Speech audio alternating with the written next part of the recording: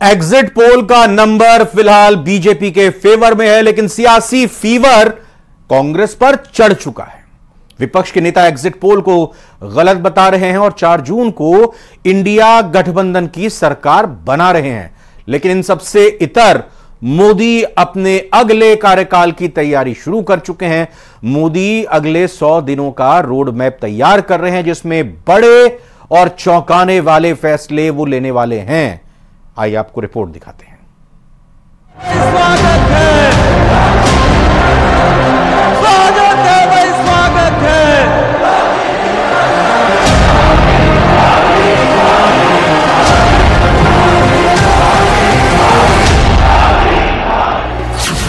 क्या सच में 400 पार का नारा पूरा होने वाला है?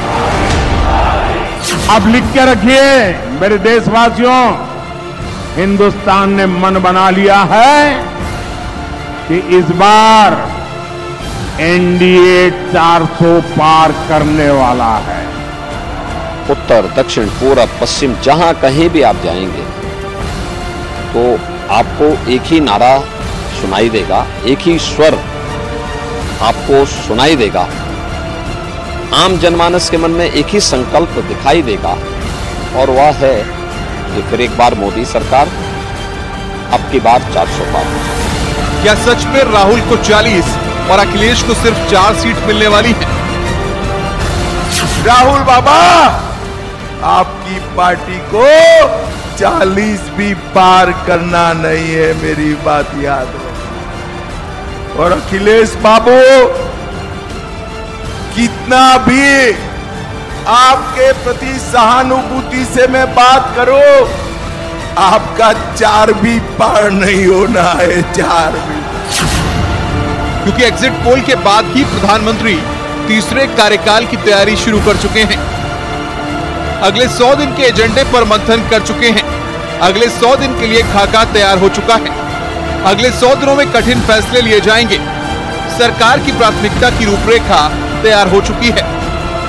जो नंबर मोदी सरकार ने चुनाव से पहले दिए थे, करीब करीब वही नंबर एग्जिट पोल में भी सामने आ रहे हैं। ऐसे में जहां पीएम मोदी अगले 100 दिनों का खाका तैयार कर रहे हैं, तो वहीं इंडिया गठबंधन एक दिन पहले ही 4 जून को लेकर बैठक कर चुका है।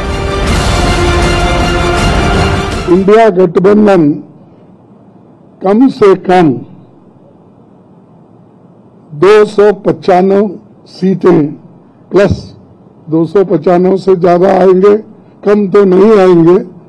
ये हमने आकलन किया कि सभी हमारे नेताओं से पूछने के बाद ये एक आंकड़ा हमारे पास मिला है और इस आंकड़े में कोई बदलाव नहीं है। कांग्रेस और इंडिया गठबंधन के नेता 295 सीट का दावा कर रहे हैं, तो बीजेपी के नेता एक बार फिर मोदी सरकार और 400 पार का भरोसा दे रहे हैं। हम सबकी पार्टी भारतीय जनता पार्टी को 370 से ज्यादा सीटें देंगे और एनडीए 400 पार करेगी। इस विश्वास के साथ मैं भारत के इस लोकतंत्र के चुनाव में भाग लेने वाले सभी लोगों को बहुत बहुत धन्यवाद देता हूं। उत्तर प्रदेश में भारतीय जनता पार्टी की सीटें पलट जाएंगी और इंडिया गठबंधन पीडीए की लड़नी सबसे ज्यादा सीटें जीतेगी। भूचाल आने वाला है। भूचाल नहीं आएगा, भूचाल तो पहले ही था। बेरोजगारी का भूचाल था, महंगाई का भूचाल था, आपकी जीएसटी की मार का भूचाल था, सीबीआई का भूचाल था, ईडी का भूचाल था, इनकम टैक्स का भूचाल था। ये सब भूचाल खत्म हो जाएंगे। क्यूटो में भी चुनाव फंस गया। एक तरफ विपक्ष एग्जिट पोल के आंकड़ों में उलझा है, तो वहीं माना जा रहा है कि देश की राजनीति में 4 जून के बाद कुछ बड़ा होने वाला है, क्योंकि पीएम मोदी ने 2 दिन पहले ही इसके संकेत दे दिए थे। 4 जून के बाद अगले 6 महीने में देश में बहुत बड़ा राजनीतिक भूचाल आने वाला है। ये परिवारवादी पार्टियां अपने आप बिखर जाएगी। नरेंद्र मोदी के बारे में कहा जाता है कि वो बेहद चौंकाने वाले फैसले करते हैं, जबकि नरेंद्र मोदी कहते हैं कि देश जिन फैसलों पर चौंकता है उसके संकेत वो काफी पहले से देना शुरू कर देते हैं। इसलिए अगर मोदी कहते हैं कि अगले 6 महीने में राजनीतिक भूचाल आने वाला है, तो इसे हल्के में नहीं लेना चाहिए, वो भी तब जब एग्जिट पोल के आंकड़े मोदी के पक्ष में हों। Bureau report, news 18। Exit poll के आंकड़े जारी हो चुके हैं, जिसमें एनडीए गठबंधन को एक बार फिर प्रचंड बहुमत मिलता हुआ नजर आ रहा है। वहीं इंडी गठबंधन बहुमत के आंकड़े से काफी दूर नजर आ रहा है। और ऐसे में अब विपक्षी नेता इस एग्जिट पोल को पूरी तरह से खारिज कर रहे हैं। अखिलेश यादव, राहुल गांधी तो यहां तक कह चुके हैं कि एग्जिट पोल महज दिखावा है, क्योंकि 4 जून को इंडिया गठबंधन की सरकार बनने वाली है। आइए आपको यह रिपोर्ट दिखाते हैं।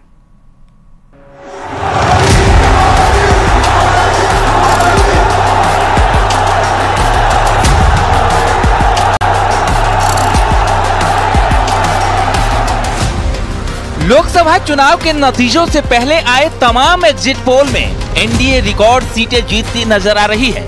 फिर भी विपक्षी नेताओं ने आंखें बंद कर एग्जिट पोल के रुझानों को नकारना शुरू कर दिया है। चाहे राहुल गांधी हो या फिर अखिलेश यादव, सबके सुर एक जैसे हैं। अखिलेश यादव ने लिखा, एग्जिट पोल का आधार ईवीएम नहीं डीएम है। भाजपाई एग्जिट पोल पहले ही तैयार हो गया था। एग्जिट पोल से जनमत को धोखा दिया जा रहा है। भाजपा को 300 पार दिखाना पहले से तय था। तो वहीं राहुल गांधी ने भी तमाम एग्जिट पोल को सिरे से खारिज कर दिया है। साथ ही दावा किया है कि इंडिया गठबंधन 295 सीट जीत रहा है। इसका नाम एग्जिट पोल नहीं है, इसका नाम मोदी मीडिया पोल है। ये मोदी जी का पोल है, फैंटेसी पोल है उनका। सर कितनी सीटें आ रही हैं आपके हिसाब से? सिद्धू मूसेवाला का सॉन्ग सुना आपने? 295। आम आदमी पार्टी के विधायक और नई दिल्ली सीट से प्रत्याशी सोमनाथ भारती ने तो यहां तक दावा कर दिया कि नरेंद्र मोदी तीसरी बार प्रधानमंत्री नहीं बनेंगे। सोशल साइट एक्स पर उन्होंने लिखा, अगर नरेंद्र मोदी तीसरी बार प्रधानमंत्री बने तो मैं अपना सिर मुंडवा लूंगा। मेरे शब्दों को लिख कर रख लो। 4 जून को सभी एग्जिट पोल गलत साबित होंगे और मोदी जी तीसरी बार प्रधानमंत्री नहीं बनेंगे। दिल्ली में सभी 7 सीटें इंडिया गठबंधन को मिलेंगी। यानी इंडिया गठबंधन के तमाम दल को परेशानी एग्जिट पोल से हो रही है, क्योंकि एग्जिट पोल के आंकड़ों में एनडीए गठबंधन को एक बार फिर प्रचंड बहुमत मिलता हुआ नजर आ रहा है। वहीं इंडी गठबंधन बहुमत के आंकड़े से काफी दूर नजर आ रहा है, जिसको लेकर सियासत उफान पर है। ये एग्जिट पोल है और एग्जिट पोल जो लोग करते हैं उनके बारे में भी हमें और आपको पता है।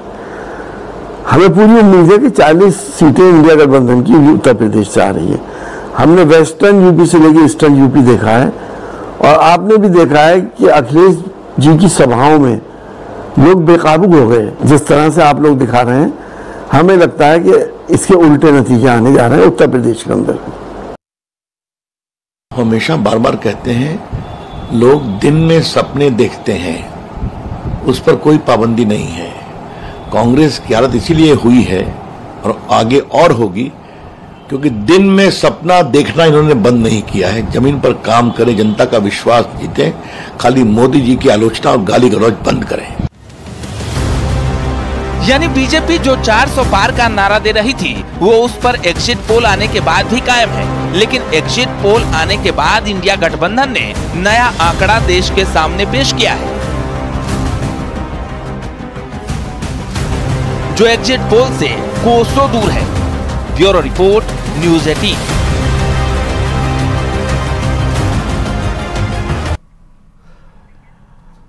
काउंटिंग शुरू होने में बस कुछ ही घंटे रह गए हैं और उससे पहले एग्जिट पोल और ईवीएम को लेकर वार पलटवार शुरू हो गया है और चल रहा है।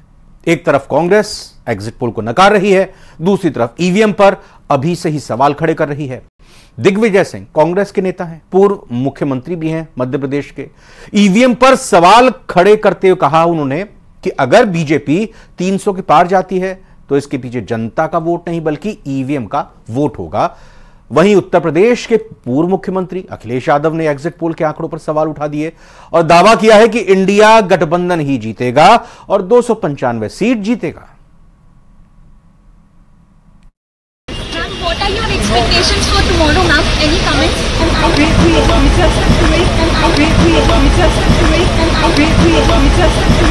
जनता का वोट अगर पड़ा है तो इनको बहुमत नहीं मिल रहा है और जो कांग्रेस पार्टी ने 295 का फिगर दिया है वो सही है।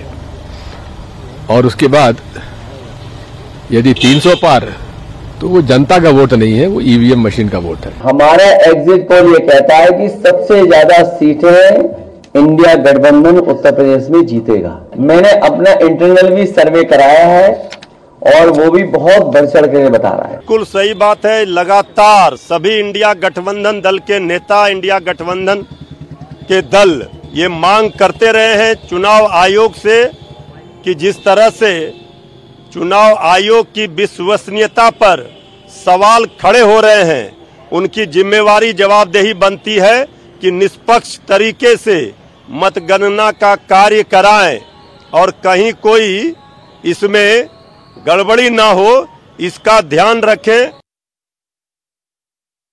और मतगणना से पहले विपक्ष ने ईवीएम पर सवाल उठाए तो इसका जवाब बीजेपी के मंत्री या कहेंगे सरकार के मंत्री और बीजेपी के नेताओं ने दिया। केंद्रीय मंत्री नित्यानंद राय ने इसे विपक्ष की हार का एक बहाना बताया है। आइए उनको भी सुनते हैं। जब बिल्ली खिसियाती है ना तो खंबा नोचने लगती है। तो जो इंडी गठबंधन वाले, घमंडिया गठबंधन वाले, जो हार का गुस्सा है ना वो ईवीएम मशीन पे उतारने की कोशिश कर रहे हैं। जनता वोट दी है, ईवीएम मशीन प्रामाणिक है, सब लोग जानते हैं। ये 2004, 2009 उसमें तो एग्जिट पोल की बहुत तारीफ करते थे ना यही लोग। आज एग्जिट पोल अगर मोदी जी को तीसरी बार प्रधानमंत्री बनाने की रुझान दिखा रहा है तो उनकी आलोचना नहीं करनी चाहिए। पहले तो उन्होंने शायद बहिष्कार ही किया कि हम एग्जिट पोल की जो चर्चा होगी उसमें भाग ही नहीं लेंगे। बाद में आलोचना हुई कि सोशल मीडिया पे तो उन्होंने निर्णय किया। तो वो तो दुविधा में है, वो कोई निर्णय करने की स्थिति में नहीं है कि हमें क्या करना है आगे, और ठीकरा फोड़ना चाहते हैं क्योंकि 4 जून को रिजल्ट आएंगे। निश्चित रूप से नरेंद्र मोदी जी प्रधानमंत्री बनेंगे। परिणाम आने से पहले ही रोना रोने लगे। वो कभी ईवीएम का रोना रोते हैं, कभी निर्वाचन आयोग का रोना रोते हैं, कभी डीएम का रोना शुरू हुआ है। और निश्चित रूप से प्रत्याशित ही था कि ये लोग जब हार की हताशा में डूबेंगे उसके बाद जो परिणाम आएंगे तो ये लोग ईवीएम पे टीकरा फोड़ेंगे, निर्वाचन आयोग पे टीकरा फोड़ेंगे और या डीएम पे प्रशासनिक अधिकारियों पे टीकरा फोड़ेंगे। ये बिल्कुल स्वाभाविक है, उनकी पूरा मनगढ़ंत बातें हैं। अब विलंब के ही कारण कीजिए, अब तो 4 जून को रिजल्ट ही आ जाएगा। तो इतना बेचैन क्यों है माननीय जयराम रमेश जी? तो उनका 295 प्लस का कहां से सर्वे रिपोर्ट आया? माननीय तेजस्वी यादव कहते हैं कि जनता का सर्वे है ये। तो जनता का सर्वे कैसे होता है? ये तकनीक तो कम से कम बता दीजिए। बाकी और अगर 295 प्लस है तो आपने प्रधानमंत्री पद का उम्मीदवार क्यों नहीं तय किया? और वहीं उत्तर प्रदेश के एग्जिट पोल में एनडीए गठबंधन बड़ी जीत की तरफ बढ़ता हुआ नजर आ रहा है। तो वहीं इंडिया गठबंधन को एग्जिट पोल में 9 से 12 सीटें ही मिलने का अनुमान है। ऐसे में वो कौन कौन से फैक्टर हैं जो मोदी योगी की जोड़ी पर मोहर लगा रहे हैं, आपको इस रिपोर्ट में दिखाते हैं।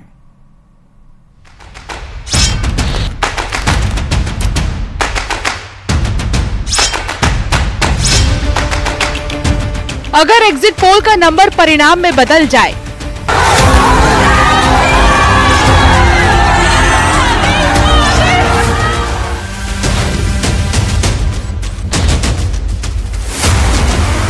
अगर एग्जिट पोल के आंकड़ों पर ईवीएम की मुहर लग जाए,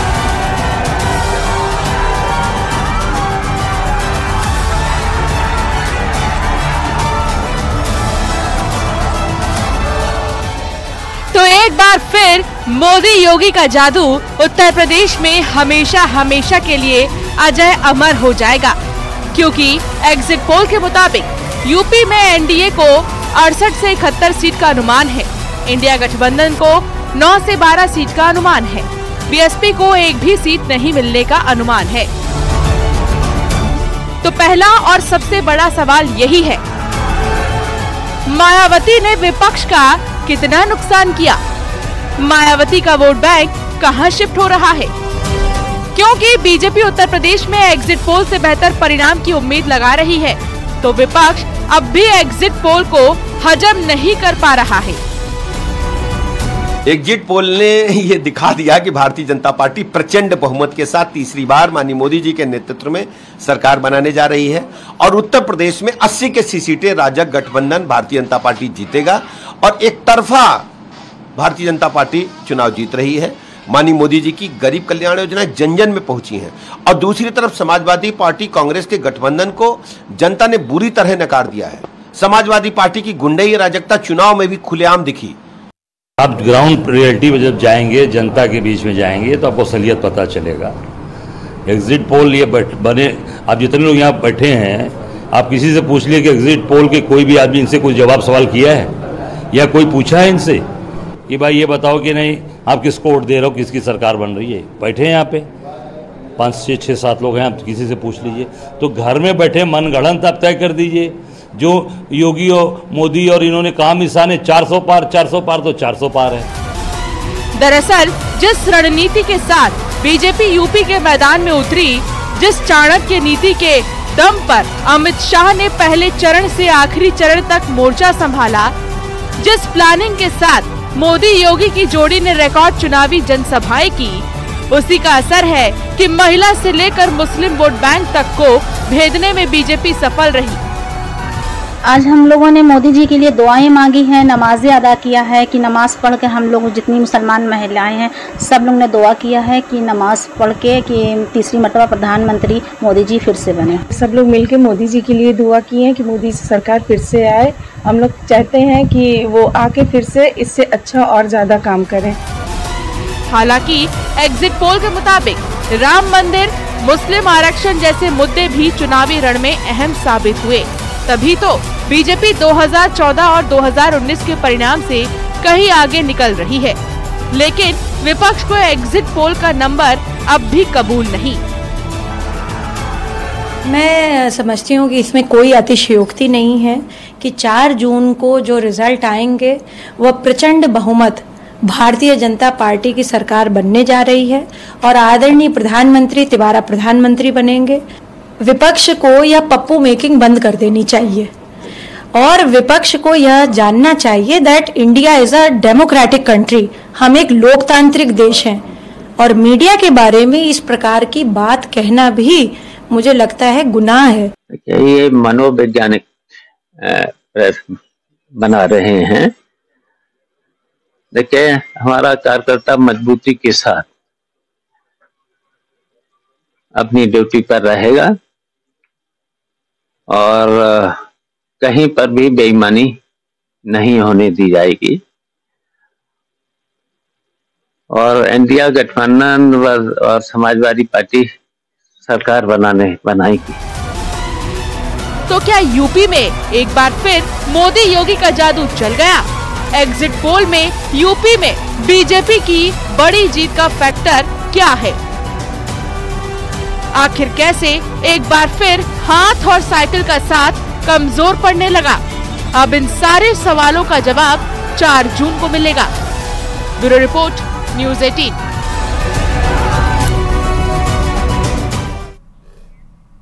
सत्ता का महाभारत में फिलहाल इतना ही। आगे देखिए महारो राजस्थान।